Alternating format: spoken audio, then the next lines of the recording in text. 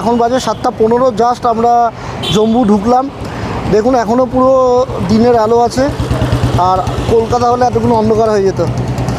পরিষ্কার দিনের আলো বোঝা যাচ্ছে, মানে আমি দেখছেন সানগ্লাস পরে রয়েছি। তো এখানে দাঁড়িয়েছি, এখান থেকে পাপ্পু সিমটা চেঞ্জ করবে, মানে নতুন সিম নেবে। আমরা দাঁড়িয়ে আছি অমিত কমিউনিকেশন। তো ওর যে সিমটা আছে সেই সিমটা বন্ধ হয়ে গেছে, লাদাখের জন্য একটা নতুন সিম নেবে। তো চলুন একবার ভেতরে যাওয়া যাক।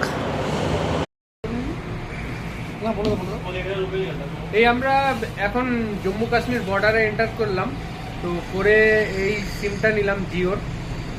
এটা কত নিল?